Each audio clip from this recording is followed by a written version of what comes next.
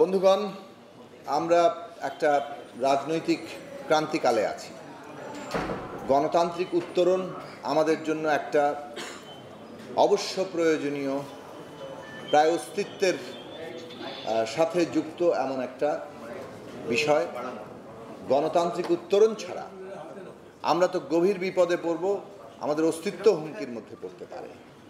কোনো রাজনৈতিক পক্ষের রাজনীতি করার কোনো অধিকার সম্পর্কে আমরা কখনোই বিরোধ সৃষ্টি করি না, যতক্ষণ না পর্যন্ত তার সম্পর্কে কোনো ভয়ঙ্কর অপরাধমূলক অভিযোগ থাকে।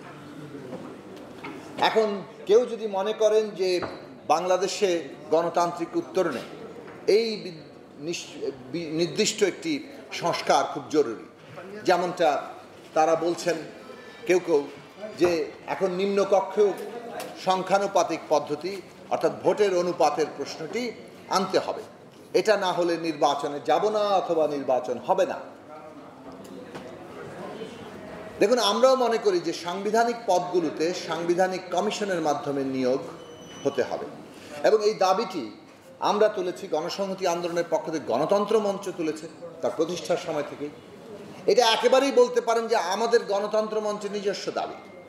এমনকি সংখ্যানুপাতিকের দাবিও বাংলাদেশের প্রগতিশীল রাজনীতির পক্ষ থেকে প্রথম তোলা হয়েছে।